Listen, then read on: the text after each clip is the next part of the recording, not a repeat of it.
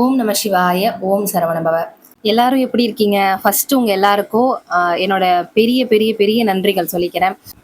55,000 சப்ஸ்கிரைபரையும் தாண்டி நம்ம சேனலோட குடும்பம் பெருசாயிட்டே போகுது. எல்லாரும் ஒரே குடும்பமாக சிவசொந்தங்களாக என்னைக்கும் பயணிக்க வேண்டும் அப்படிங்கிறத மனசார நான் கேட்டுக்கிறேன். Thank you for your support. 6 மாசம் ஆகுது கரெக்டா நம்ம சேனல்ல வீடியோ போட்டு. 6 மாசத்துக்கு அப்புறம் திரும்பவும் ஒரு உண்மையான சம்பவத்தோட உங்ககிட்ட வந்திருக்கேன். இந்த வீடியோவை ஸ்கிப் பண்ணாம பாருங்க. ஃபுல்லா தெரிஞ்சுக்கோங்க. இந்த மாதிரியான சம்பவங்கள்லாம் நம்ம காதால கேட்கறதுக்கே கொடுத்து வச்சிருக்கணும். இதை பகிர்ந்துகிட்ட சகோதரிக்கு ரொம்ப ரொம்ப ரொம்ப நன்றிகள். ஏன் அப்படின்னா சில பேர் நமக்கும் கடவுளுக்குமான பந்தம் வந்து யார்கிட்டயும் சொல்லக்கூடாதுன்னு சொல்லுவாங்க. அந்த மாதிரி யோசிச்சிருந்தாங்கன்னா இவங்க கண்டிப்பா நம்மள்ட்ட சொல்லியிருக்க மாட்டாங்க. ஸோ அதையும் மீறி இந்த சிவ சொந்தங்களோட அவங்க பகிர்ந்துகிட்டதுக்கு ரொம்ப ரொம்ப நன்றி. சரி, இப்போ வாங்க வீடியோக்குள்ள போய் என்னன்னு தெரிஞ்சுக்கலாம். சகோதரி வந்து திருநெல்வேலி மாவட்டம். அவங்களுக்கு வந்து சின்ன வயசுலேருந்து பார்த்தீங்கன்னா கடவுள் நம்பிக்கை சுத்தமாக கிடையாது. அவங்களோட 25 வயசு வரையுமே அவங்க அப்படிதான் இருந்திருக்காங்க. 25th பர்த்டே அன்னைக்கு உங்களுக்கு ஒரு சம்பவம் நடக்குது. இது அவங்களோட ஹோல் லைஃபையும் தலைகீழ மாத்துது. சிவபெருமான் தான் எல்லாமே அப்படின்னு மாத்தின இந்த சம்பவத்தை சகோதரி வாய்ஸ்லயே உங்களுக்கு நான் ஷேர் பண்றேன். அவங்க என்கிட்ட பகிர்ந்துகிட்டதை அப்படியே உங்களுக்கு ஒரு 1.5 ஸ்பீட்ல வச்சு நான் உங்களுக்கு ஷேர் பண்றேன். இது ஒரு பெரிய சம்பவம். ஃபுல்லா ஸ்கிப் பண்ணாம பாருங்க. சகோதரி நார்மலா நமக்கு வாய்ஸ் மெசேஜ் பண்ணியிருப்பாங்க. ஸோ இது சவுண்ட் வந்து கொஞ்சம் கம்மியா இருக்கும். ஸோ நீங்க வந்து ஒரு ஹெட்ஃபோன் போட்டுட்டு கேட்கறது உங்களுக்கு சவுண்ட் நல்ல கிளாரிட்டியா இருக்கும். ஸோ 25வது பிறந்த நாள் வருது கரெக்டாக இந்த இதிலேருந்து ஒரு 8 மாதத்துக்கு முன்னாடி நடந்த ஒரு உண்மை சம்பவம். 25வது பிறந்த நாள் வருது. அன்றைக்கி எங்கள் அம்மா சொல்கிறாங்க, 25 வயசு பிறந்துருச்சு, இனியாவது வந்து உன் வாழ்க்கை நல்லா இருக்கட்டும், இன்னைக்காவது போய் சாமி கும்பிட்டுருப்பாப்பா, இன்னைக்காவது வந்து குளிச்சுட்டு கோயில் போயிட்டு வா அப்படின்ற மாதிரி சொல்கிறாங்க. அப்போ கூட நான் வந்து சொல்கிறேன், என்னம்மா நான் கோயில் போனால் நான் நல்லா இருப்பேனாம்மா, நான் வந்துட்டு நல்லா சாப்பிட்டு நான் வந்து நல்லபடியாக ஒர்க் பார்த்துட்டு அந்த மாதிரி இருந்தாலும் நான் என் வாழ்க்கை நல்லா இருக்கும், நல்ல எண்ணங்கள் தான் கடவுள் அப்படின்னு சொல்லிட்டு நான் அப்பவும் சொல்லிட்டு சரின்ட்டு காலையில் எங்கள் அம்மா கிட்ட சொல்லிட்டு நான் வேலைக்கு வந்துட்டேன். வந்ததுக்கப்புறம் எனக்கு வந்து கால் வருது, எனக்கு ஒரு ஃபோன் வருது. எங்கள் பக்கத்து வீட்டில் இருக்கிற ஒரு ஆன்ட்டி அவங்க வந்து இந்த மாதிரி ஃபோன் பண்ணுறாங்க.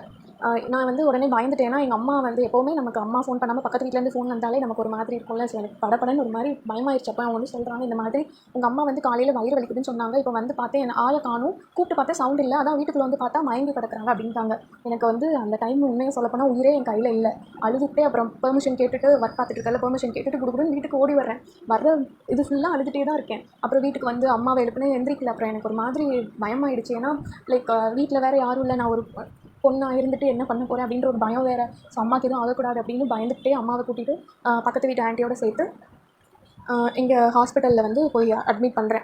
அங்கே அட்மிட் பண்ணதும் அவங்க என்ன சொல்லிட்டாங்கன்னா, இந்த மாதிரி வயிற்றில் கர்ப்பப்பையில் பிரச்சனை இருக்கிற மாதிரி இருக்குது, நம்ம ஒரு ஸ்கேன் பார்த்துடலாம் அப்படின்னாங்க. ஏன்னா எங்கள் அம்மாவுக்கு ஆல்ரெடி ஏற்கனவே அந்த பிரச்சனை இருந்தது. ஆனால் எங்கள் அம்மா எங்ககிட்ட சொல்லவே கிடையாது. இல்லைன்னா கூட எனக்கு தெரிஞ்சிருக்கும். எங்கள் அம்மா வந்து எங்களை கஷ்டப்படுத்தக்கூடாதுன்னு நினச்சாங்களா இல்லை என்னன்னு தெரியல. அதனால எங்கள் அம்மா எங்ககிட்ட சொல்லவே இல்லை. அப்புறம் ஹாஸ்பிட்டல் போனதும் அவங்க ஸ்கேன் பண்ணி பார்த்துட்டு வயிற்றில் கட்டி கர்ப்பப்பையில் இருக்குது, அதை உடனே எடுக்கலை அப்படின்னா ரொம்ப பெருசாக வந்து அவங்கள பாதிச்சிரும், அவங்களோட உடம்பு வந்து ரொம்ப மோசமாயிரும், அப்புறம் அவங்கள காப்பாற்ற முடியாத சூழ்நிலைக்கு கூட போயிடுவாங்க அப்படின்ற மாதிரி சொல்லிட்டாங்க. எனக்கு என்ன பண்ணுறதுன்னு தெரியல, அழுதுகிட்டே இருந்தேன். ஸோ எவ்வளோ சீக்கிரம் ஆப்ரேஷன் பண்ணுறோமோ அவ்வளோ சீக்கிரம் அவங்க நல்லபடியாக இருப்பாங்க அப்படின்னு சொன்னாங்க. சரி ஓகே, எனக்கு கடவுள் மேலே பாரத்தை அது வரைக்கும் நான் கடவுள் நம்பிக்கை கிடையாது எனக்கு, ஓகேவா. ஸோ அப்போ வந்துட்டு சரி ஓகே அட்மிட் பண்ணிடலாம். ஏன்னா அம்மாவோட உயிராக வேறு ஏதாவது பார்க்கும்போது எனக்கு அம்மாவோட உயிர் தான் பெருசாக தெரிஞ்சது. ஸோ என்கிட்ட பணம் இல்லை, எதுவுமே நான் யோசிக்கல. அம்மாவை அட்மிட் பண்ணிட்டேன், அங்கே ஹாஸ்பிட்டல் அட்மிட் பண்ணிட்டேன். அப்போ வந்து சொல்கிறாங்க, ஸ்கேன்லாம் பார்த்துட்டு ஒரு 4 மணி நேரம் கழிச்சு 4 நாள் கழிச்சு ஆப்ரேஷன் பண்ணிக்கலாம், நீங்கள் வந்துட்டு அதுக்கான அமௌண்ட்டை வந்து இப்போ பே பண்ணிடணும் அப்படின்ற மாதிரி சொல்லிட்டாங்க, அமௌண்ட்டை கட்டணும் அப்படின்னு சொல்லிட்டாங்க. ஸோ எவ்வளோன்னு கேட்கும்போது எனக்கு தூக்கி வாரி போட்டுருச்சு. ஆனால் லைக் கர்ப்பப்பை ஆப்ரேஷன் பண்ணுறதுக்கு அவ்வளோ ஆகும் தான், பட் எனக்கு அதெல்லாம் முன்ன பின்ன தெரியாது. ஸோ அதனால அவங்க அவ்வளோ சொல்லவும் எனக்கு என்ன பண்ணுறதுன்னு தெரியல. இவ்வளோ ஆகுமா, இவ்வளோ பணத்துக்கு நான் எங்கே போவேன் அப்படின்னு சொல்லிட்டு நான் அழுதுகிட்டே இருக்கேன். தென் நான் என்னோட சொந்தக்காரங்க எல்லாருக்குமே கால் பண்ணுறேன், எனக்கு வேறு வழி தெரில. அந்த டைம் எங்கள் அப்பாவுக்கு ஃபோன் பண்ணும்போது எங்கள் அப்பா கேரளாவில் வந்து இருக்காங்க, அவங்களால உடனே வர முடியாது, அவங்களாலையும் பணத்தை ரெடி பண்ண முடியாது. ஸோ சொந்தக்காரங்க எல்லாருக்கிட்டையும் கேட்குறேன். அன்றைக்கி சொல்லி வச்ச மாதிரி சொந்தக்காரங்க எல்லாருமே என்கிட்ட பணம் இல்லை அப்படின்னு சொல்லி அழுகுறாங்க. ஸோ எனக்கு என்ன பண்ணுறதுன்னு தெரியல, அழுதுகிட்டே இருக்கேன். அப்புறம் தான் ஒரு பக்கத்தில் ஒரு சிவன் கோயில் இருக்குது அப்படின்னு சொன்னாங்களா, சரின்னு சொல்லிட்டு நான் அங்கே போயிட்டேன். அப்போ அது எனக்கு சிவன் கோயில் தான் இருக்குன்னு கூட எனக்கு தெரியாது. நான் அங்கே போயிட்டு அந்த சன்னதி முன்னாடி இன்னும் அழுதுகிட்டே இருக்கேன், உட்காந்து அழுதுகிட்டே இருக்கேன். எப்படியாவது எங்கள் அம்மாவை காப்பாற்றிடு, நான் இது நாள் வரைக்கும் உங்ககிட்ட எதுவுமே கேட்கல, தடவையாக அவங்க கேட்குற, தயவு செஞ்சு எங்கள் அம்மா உயிரை காப்பாற்றிடு அப்படின்னு சொல்லிட்டு நான் அழுதுகிட்டே இருக்கேன். ஒரு 10 நிமிஷம் உட்காந்து அழுதுகிட்டே இருந்தேன். அப்புறம் ஒரு 55 வயசு ஒரு பெரியவர், அவருக்கு ஒரு 55 to 60 வயசு இருக்கும். அவர் 2 பெரிய ஜடெல்லாம் வச்சு இந்த சாமியார் மாதிரி இருந்தார். உடம்புலலாம் திருநீர் வந்து பூசியிருந்தார். அப்புறம் ஒரு வெள்ளை கலர் வேஷ்டி வந்து கட்டியிருந்தார். அவர் என்னை கூப்பிட்டாரு, இங்கே வாமா அப்படின்னு கூப்பிட்டாரு. அப்போ நான் வந்துட்டு போயிட்டு அழுதுகிட்டே வந்துட்டு இருக்கேன். அவர் வந்து கேட்குறாரு, என்னம்மா ஆச்சு, ஏமா குழந்தை அழுதுட்டு இருக்கு அப்படின்னு கேட்கவும் நான் எல்லாம் சொல்கிறேன். ஐயா இந்த மாதிரி எங்கள் அம்மா உடம்பு சரியில்லைன்னு ஹாஸ்பிட்டல் அட்மிட் பண்ணியிருக்கோம், இந்த மாதிரி இவ்வளோ அமௌண்ட் ஆகும்னு சொல்கிறாங்க, இப்போ ஆப்ரேஷன் பண்ணலன்னு எங்கள் அம்மாவோட உயிருக்கே ஆபத்துன்னு வேறு சொல்கிறாங்க, எனக்கு என்ன பண்ணுறதுன்னு தெரியலையா, எல்லாருக்கிட்டே காசு கேட்டேன், யாருமே தரல அப்படின்னு சொல்லி அழுதுட்டு இருக்கேன். அப்போ தான் அவர் வந்து சொன்னார், நான் ரொம்ப வருஷமாக இங்கே தான் தங்கியிருக்கேன், உனக்கு சோதனை கொடுக்க தெரிஞ்ச அவனுக்கு அதுலேருந்து உனக்கு மீண்டு வர சக்தியை கொடுக்க தெரியும், நீ வந்து கவலைப்படாத, நீ எதுக்கும் உன்னோட நண்பர்கள்கிட்ட உதவி கேளு அப்படின்னு சொல்லிட்டு அவர் வந்து எனக்கு திருநார் பூசி விடுறாரு. சரின்னு ஒரு நம்பிக்கையோடு சரின்ட்டு நான் வந்து போகிறேன். அது அன்றைக்கி தான் ஃபஸ்ட் டைம் என் நெத்தியில் திருநீர் இருக்குது. ஸோ அப்படி வரவும் நான் வந்துட்டு வெளியே வந்து என்னோடய ஃப்ரெண்டுக்கு கால் பண்ணுறேன். அதுவுமே நம்பிக்கையே இல்லாமல் தான் பண்ணுறேன். ஏன்னா அவன் வந்து அவனே ஒரு அன்எம்ப்ளாய்டு தான். அவன் வந்து இப்போ ஐஏஎஸ்க்கு படிச்சுட்டு இருக்கான். ஸோ அதனால் வேலையெல்லாம் அவன் விட்டுட்டான் ஒரு 2 வருஷத்துக்கு முன்னாடியே. ஏதாவது வந்து பரீட்சைக்கு அப்ளை பண்ணுறதா இருந்தாலும், ஒரு புக் வாங்குறதா இருந்தாலும் வீட்டில் கேட்க கூச்சப்படுவான். என்கிட்ட தான் கேட்பான். நான் தான் அமௌண்ட் கொடுப்பேன். அப்போ வந்து எனக்கு நம்பிக்கையே கிடையாது. சரி எதுக்கும் அந்த பெரியவர் சொன்னதுக்காக அவனுக்கு ஃபோன் பண்ணி பார்ப்போம் அப்படின்னு சொல்லிட்டு அன்றைக்கி நான் வந்து அவனுக்கு ஃபோன் பண்ணுறேன். அவன் வந்து சொல்கிறான், நான் அப்பா கிட்ட கேட்டுட்டு உனக்கு பணத்தை கொண்டு வந்து கொடுக்குறேன் அப்படின்னு சொன்னான். அப்புறம் ஒரு 5 நிமிஷத்தில் அவன் திருப்பி கால் பண்ணால் பணம் ரெடி ஆயிடுச்சு, நான் அவனுக்கு ஹாஸ்பிட்டலில் வந்து கொடுக்குறேன் அப்படின்னு சொன்னான். எனக்கு என்ன நடக்குது என்ன சுற்றி அப்படின்னு எனக்கு ஒன்றுமே புரியல. சரின்ட்டு அவன் வந்து பணத்தை கட்டிட்டான். நான் தேங்க்ஸ் சொன்னேன். அப்புறம் எல்லாம் முடிஞ்சதுக்கப்புறம் எங்கள் அம்மாவுக்கு சர்ஜரி நல்லபடியாக முடியுது. ஒரு 4-5 நாள் வந்து ஹாஸ்பிட்டலில் ஸ்டே பண்ணியிருந்தோம். அப்போ வந்து எங்கள் அம்மா கிட்ட ஒரு 4வது நாள் வந்து நான் சொல்கிறேன், எங்கள் அம்மா சரியாயிட்டாங்க, உடம்புக்கு இனிமேல் எந்த பிரச்சனையும் இல்லைன்னு டாக்டர் வந்து ஒரு ஷுவரிட்டி மாதிரி சொல்லிட்டாங்க. சரின்னு சொல்லிட்டு நான் எங்கள் அம்மா கிட்ட நடந்ததெல்லாம் சொல்கிறேன். அப்போ எங்கள் அம்மா சொன்னாங்க, அந்த பெரியவர் வந்து உனக்கு இந்த ஒரு உதவி பண்ணியிருக்காருல்ல, அவருக்கு நீ வந்து ஏதாவது சாப்பாடு வாங்கி கொடுத்து அவருக்கு ஏதாவது உதவி பண்ண முடியுமா என்ன ஏதுன்னு பாரு, அவருக்கு ஏதாவது ஹெல்ப் தேவைப்பட்டால் நம்ம பண்ணலாம் அப்படின்னு சொல்லிட்டு நான் வந்து அன்றைக்கி எங்கள் அம்மாவை டிஸ்சார்ஜ் பண்ணுற அன்றைக்கி கோயிலில் போய் சாமி கும்பிட்டுட்டு, அதே கோவில் அதே சிவன் கோயில் தான், போய் சாமி கும்பிட்டுட்டு அவருக்கு சாப்பாடெல்லாம் வாங்கிட்டு போகிறேன். வாங்கிட்டு போய் அவரை தேடுறேன், தேடி பார்க்குறேன். அதே சின்ன கோயில் தான். ஸோ சுற்றி சுற்றி தேடுறேன், அவர் ஆளவே காணும். அப்புறம் அங்கே இருக்கிற பூசாரி ஐயர் இருப்பாங்கல்ல, அவர்கிட்டலாம் கேட்குறேன். அப்புறம் அந்த கோயிலில் வேலை பார்க்குறவங்க கிட்ட கேட்குறேன், பூ கட்டி விற்பாங்கல்ல அவங்கக்கிட்டலாம் கேட்குறேன். யாருமே வந்து அப்படி நான் ஒரு ஆளை பார்த்ததே இல்லையே அப்படின்றாங்க. எல்லாரும் சொல்லி வச்ச மாதிரி இதான் சொல்கிறாங்க. அப்படி ஒரு சாமியார் மாதிரி ஒருத்தர் இருந்தாருல்ல அப்படின்னு நான் அவ்வளோ அங்கு அடையாளங்கள் எல்லாம் சொல்கிறேன். அப்புறம் ஒரு அண்ணா சொன்னாங்க, நான் ரொம்ப வருஷமாக வந்து எங்கள் அப்பா காலத்துலேருந்து இங்கே தான் வந்து பிரசாத கடை போட்டிருக்கோம், நீ சொல்கிற மாதிரி ஆளை நான் பார்த்ததே இல்லைம்மா, இங்கே அந்த மாதிரி யாருமே இல்லை அப்படின்ற மாதிரி சொல்லிட்டாங்க. எனக்கு ஒரு மாதிரி பயத்தில் கைகால் நடுங்க ஆரம்பிச்சிருச்சு. ஐயோ இப்போ நம்ம யார்கிட்ட பேசணும், வந்தது யார் அப்படின்ட்டு எனக்கு பயமாயிடுச்சு. ஏன்னா இந்த உணர்வு எல்லாமே எனக்கு முதல் தடவை என் வாழ்க்கையில் நடக்கிறதா. ஸோ எனக்கு ஒரு மாதிரி பயமாயிடுச்சு, கைகால் நடுங்குது, என்ன இதுன்னு தெரியல. அப்போ வந்தது யாராக இருக்கும் அப்படின்னு நான் யோசிச்சுட்டு இருக்கேன். கண்ணிலேருந்து கண்ணீர் வருது. அப்போ வந்து கோவில் ஃபோட்டோ சாமி சிலைகள், அதை சின்ன சின்ன சிலைகள் விற்பாங்கள்ல, அந்த அண்ணா வந்து அவங்க என்னை கிராஸ் பண்ணி போகும்போது என் கையில் ஒரு குட்டி சிவலிங்கத்தை கொடுக்கும்போது கரெக்டாக பெல் அடிக்குது, அந்த கோயில் மணி அடிக்குது. அடிக்கவும் எனக்கு அப்படி என்ன சொல்ல, அந்த உணர்வை சொல்ல முடியல, என்னால் வார்த்தைகளால் சொல்ல முடியல. கொடுத்துட்டு இந்த மாதிரி நீ உன் வாழ்க்கையில் எல்லாம் நல்லபடியாக நடக்குமா, எதுக்கும் கவலைப்படாத அப்படின்னு சொல்கிறாங்க. சரி கடவுளாக வந்து நமக்கு கொடுக்குறாங்க அப்படின்னு சொல்லிட்டு நான் அவர்கிட்ட பணம் கொடுக்குறேன். அவர் வாங்கவே மாட்டேன் அப்படின்னு சொல்லிட்டார். வேணாம்மா, உன்னை பார்த்ததும் எனக்கு கொடுக்கணும்னு தோணுச்சு. அந்த அண்ணா வந்து நான் பணம் கொடுக்கும்போது சொல்கிறாங்க, இந்த ஒரு சிலை விற்ற காசை வச்சாமல் என் குடும்பத்தில் வயிறு நிறைய போது, ஒன்றும் பிரச்சனை இல்லைம்மா, உன்னை பார்த்ததும் எனக்கு கொடுக்கணும்னு தோணுச்சு, நீ வச்சுக்க, எல்லாமே நம்ம என் அப்பன் சிவனோட ஆணை அப்படின்னு சொல்லிட்டு அவர் சொல்லிட்டு போயிட்டார். அப்போ தான் எனக்கு வந்து ஒரு மாதிரி அந்த உணர்வை இப்போ கூட என்னால் வார்த்தைகளால் சொல்ல முடியல. கண்ணிலேருந்து கண்ணீர் வருது. கையில் இருக்க சிவலிங்கத்தை பார்த்துட்டு அழுதுகிட்டே இருக்கேன். என்ன அறியாமலே எனக்கு கண்ணீர் வருது. இது என்னால் நம்பவே முடியல, என் வாழ்க்கையில் இதெல்லாம் நடந்ததா அப்படின்னு. அப்புறம் வந்துட்டு நான் என் வீட்டுக்கு வந்து எல்லார்கிட்டையும் சொல்கிறேன். எங்கள் அம்மா வந்து என்கிட்ட சொன்னாங்க, உனக்கு அந்த பெரிய ரூபத்தில் வந்து உதவி பண்ணது அந்த சிவபெருமான் தான் அப்படின்னு.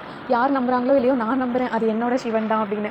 ஸோ இந்த மாதிரி தான் ஒரு ஏத்திஸ்டாக இருந்த என்னோடய வாழ்க்கையில் சிவன் தான் எல்லாம் அப்படின்னு வந்து புரிய வச்சது இந்த ஒரு உண்மை சம்பவம். இதில் இன்னொன்று கூட இருக்குது. என்ன அப்படின்னா, நான் வந்து ஒரு 2 மாதத்துக்கு அப்புறம் என்னோடய ஃப்ரெண்டு எனக்கு காசு கொடுத்தான் இல்லையா, நான் திருப்பி கொடுத்தேன். எனக்கு அமௌண்ட் வந்து கிடச்சிருச்சு. நான் சேலரி எல்லாம் சேர்த்து வச்சு அப்புறம் எங்கள் அப்பாவும் கொஞ்சம் அமௌண்ட் வந்து கொடுத்தாங்க. ஸோ கடன் வந்து வைக்கக்கூடாது அப்படின்றதுனால நான் திருப்பி, ஏன்னா அந்த நேரத்தில் எனக்கு ஹாஸ்பிட்டல் தேடி வந்து காசு கொடுத்தான் இல்லையா, அதனால் நான் வீடு தேடி போயிட்டு காசு கொடுத்துட்டு அவங்க அப்பாவுக்கு ஒரு நன்றி சொல்லிட்டு வரலாம் அப்படின்ட்டு நான் பணம் கொடுக்கறதுக்காக அவங்க வீட்டுக்கு போகிறேன். அப்பா அம்மா எல்லாருமே என்னை வெல்கம் பண்ணுறாங்க, அவனோட அப்பா அம்மா. அப்புறம் வந்துட்டு உட்காந்து பேசிகிட்டு இருக்கும்போது காசு கொடுத்துட்டு, ரொம்ப நன்றி அங்கிள், உங்களால் தான் அன்றைக்கி வந்து எங்கள் அம்மாவுக்கு ஆப்ரேஷன் நல்லபடியாக முடிஞ்சது, ஏன்னா நீங்கள் பணம் கொடுத்து நீங்கள் சொன்னீங்கன்னு தான் வந்து அவன் பணம் எடுத்துகிட்டு வந்து கொடுத்தான் அப்படின்னு சொன்னாங்க. அப்போ அவர் சொன்னார், ஆமாம்மா என்கிட்டயே வந்து எனக்கு அவ்வளோ அமௌண்ட் அன்றைக்கி வந்து கிடச்சிது. எப்படின்னா, எனக்கு ரொம்ப நாளாக ஒருத்தன் வந்து காசு தர வேண்டி இருந்தது, அவன் தரவே இல்லை. திடீர்னு என்னன்னு தெரியல, அன்றைக்கி மதியானமே வந்து காசை கொண்டு வந்து கொடுத்து வீடு தேடி வந்து கொடுத்துட்டு போனான். அதனால அந்த மதியானம் காசு இருந்தது, நீ சாயந்தரம் வந்து தம்பிக்கிட்ட ஃபோன் பண்ணி கேட்கவும் என்கிட்ட நான் அதை அப்படியே எடுத்து கொடுத்துட்டேன் அப்படின்னாங்க. அப்போது வந்துட்டு யார் அங்கிள், அவங்க பேர் என்ன அப்படின்னு சொல்லி கேட்கவும் நல்ல சிவன் அப்படின்னு சொன்னாங்க. அவ்வளவுதான். எனக்கு லைக் இப்போ சொன்னாங்களே எனக்கு கண்ணு கலங்குது. அந்த அளவு எனக்கு வந்து இதுக்கெல்லாம் காரணம் என்னென்னலாம் எனக்கு தெரியல. பட் இதெல்லாம் சிவன் தான் பண்ணாங்க அப்படின்னு நான் நம்புகிறேன். அந்த பேரை வந்து கேட்டதுமே எனக்கு கை கால் நடுங்கி என்னோடய ஹார்ட் பீட் வந்து இதய துடிப்பு அதிகமாகுது. வீட்டுக்கு வந்து அந்த சிலையை கும்பிட்டுட்டு அவ்வளோ அழுகிறேன், நீ தான் வந்து இவ்வளோவும் பண்ணியா, இனிமேல் வந்துட்டு ஏன்னா அப்போ தான் எனக்கு புரிஞ்சது, சிவன் தான் நம்ம கூட எல்லாமாவே வந்து நம்ம கூட இருக்கிறாரு அப்படின்னு. அன்னைக்கிலேருந்து அதுக்கப்புறம்லேருந்து இன்ன வரைக்கும் என்னை வந்து சிவன் தான் என்னை நல்லா பாதுகாப்பாக பார்த்துக்கிறது, எல்லாமே சிவன் தான். அதுக்கப்புறம் நிறைய சம்பவங்கள் என் வாழ்க்கையில் நடந்திருக்கு. அந்த ஒரு சம்பவத்துக்கு அப்புறம் அது எல்லாமே சிவன் வந்து உன் கூட தான் இருக்காரு அப்படின்னு எனக்கு புரிய வச்சது அந்த சம்பவங்கள் தான். ஒரு தடவை ஒரு 5 மாதத்துக்கு முன்னாடி ஒரு முக்கியமான ஒரு பரீட்சை எழுத வேண்டியிருந்தது. ஸோ நான் அந்த இதுக்காக எங்கள் ஊர்லேருந்து ஒரு 3 மணி நேரம் ட்ராவல் பண்ணி அந்த இடத்துக்கு போய் நான் பரீட்சை எழுதிட்டு வரணும். பரீட்சை எழுதி முடிக்கவே சாயந்தரம் 6 மணி ஆகிடுச்சு. ஸோ பஸ் பிடிச்சா 3 மணி நேரம் கழிச்சு ஒரு 9 மணி போல் எங்கள் ஊருக்கு வந்துடலான்னு ஒரு நம்பிக்கையில் நம்பிக்கையில் அன்றைக்கி பரீட்சை எழுத போயிட்டேன். ஆனால் அன்றைக்கி பஸ் வந்து சரியாக ஓடலை, பயங்கர மழை வேறு பெய்யுது, பஸ்ஸு கிடைக்கல. ஸோ பஸ்ஸு மாறி மாறி வரவும் எங்கள் ஊருக்கு வர மணி 11:15 ஆயிடுச்சு. 11:15க்கு அந்த ஊரில் லைக் பஸ் ஸ்டாண்டில் ஆளே இல்லை, ஒரு 2-3 பேர் தான் இருக்காங்க. அந்த பஸ் ஸ்டாண்ட்லேருந்து எங்கள் வீட்டுக்கு போகிறதுக்கு ஒரு 3 கிலோமீட்டர். அந்த 3 கிலோமீட்டர் வந்து எப்படி போகன்னு எனக்கு தெரியல. பயங்கர இருட்டாக இருக்குது, மழை பெய்யுது, ஆள் நடமாட்டம் எதுவுமே இல்லை. என்னடா பண்ண போகிறேன்னு தெரியாமல் நான் வந்து பயந்துட்டு இருந்தேன். அப்போ ஒரு ஆட்டோக்கார அண்ணா வந்து அவங்களா வந்து எங்கே பாப்பா போகணும், ஏன் இந்த ராத்திரியில் ஒத்தையில் நிற்கிறீங்க, வாங்க நான் கொண்டு போய் விட்டுறேன் அப்படின்னு சொன்னாங்க. பயந்துகிட்டே தான் ஏறினேன், ஏன்னா அன் டைமில் ஆட்டோவில் வேறு ஏறணும், என்ன ஆகுமோ அப்படின்ட்டு. இருந்தாலும் சேஃப்டி, ஒரு நம்பிக்கை தான், நம்ம ஊர் நமக்கு ஒன்றும் நடக்காது அப்படின்னு. அப்புறம் வந்து அவர் கரெக்டாக எங்கள் வீட்டுக்கு கொண்டு வந்து விட்டுட்டார்.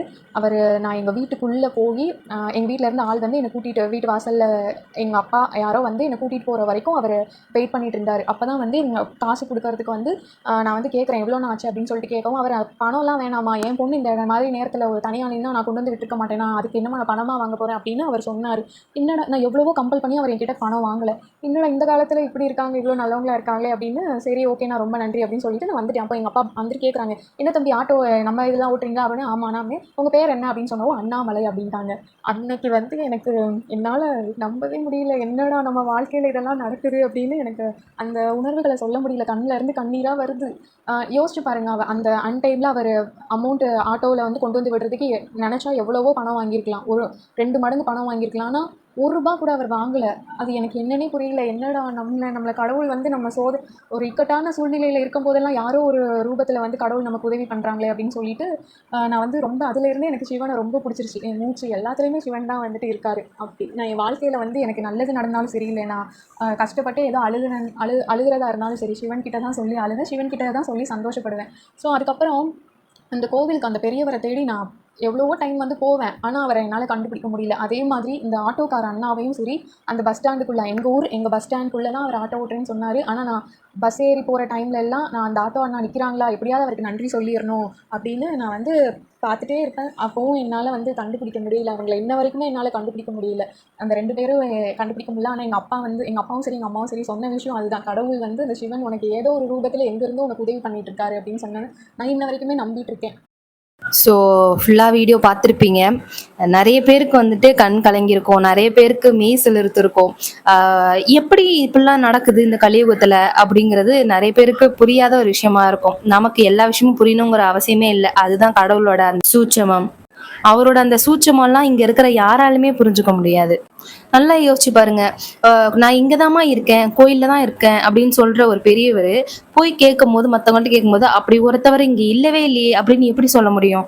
பல நாளா பணம் கொடுக்காம இருந்த ஒருத்தவர் திடீர்னு எப்படி வந்து பணம் கொடுத்தாரு? அவரோட பேரும் நல்ல சிவன். இதுக்கு மேல என்ன சாட்சி நம்ம எதிர்பார்க்கிறோம் கடவுள் இந்த உலகத்துல இருக்காங்கன்றதுக்கு புரிய வைக்கிறதுக்குன்னு எனக்கு உண்மையிலே புரியல. ரொம்ப எமோஷனலா இருக்கு இந்த வீடியோ.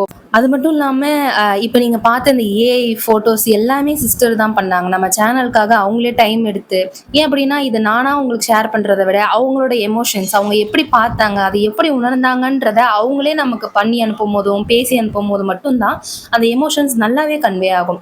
ஸோ இந்த வீடியோ பத்தி நீங்க என்ன நினைக்கிறீங்க அப்படிங்கிறத கமெண்ட் செக்ஷன்ல சொல்லுங்க. நம்ம சேனலுக்கு இது வரைக்கும் நீங்கள் சப்ஸ்கிரைப் பண்ணலன்னா சப்ஸ்கிரைப் பண்ணிக்கோங்க. அது மட்டும் இல்லாமல் இவ்வளோ பெரிய சம்பவத்தையும் நமக்கு ஷேர் பண்ணிக்கிட்ட அந்த சிஸ்டருக்கு கமெண்ட் செக்ஷனில் ஒரு நன்றியும் தெரிவிச்சிருங்க. நீங்களும் இந்த மாதிரியான சம்பவங்கள் உங்கள் வாழ்க்கையிலும் நடந்திருக்கு, இதை ஷேர் பண்ணணும்னு நினச்சிங்க அப்படின்னா நான் கொடுக்குற இன்ஸ்டா ஐடிக்கோ அல்லது என்னுடைய இமெயில் ஐடிக்கோ தயவுசெய்து உங்களுடைய அந்த மிராக்கிளை ஷேர் பண்ணுங்கள். கண்டிப்பாக நம்ம சேனலில் பகிரப்படும். ஸோ இவ்வளோ நேரம் இந்த வீடியோ பார்த்ததுக்கு உங்களுக்கு ரொம்ப நன்றி. சேனலை மறக்காமல் சப்ஸ்கிரைப் பண்ணிக்கோங்க. இன்னும் நிறைய உண்மையான சம்பவங்கள் உங்களை தேடி வர இருக்கிறது. திருச்சிற்றம்பலம்.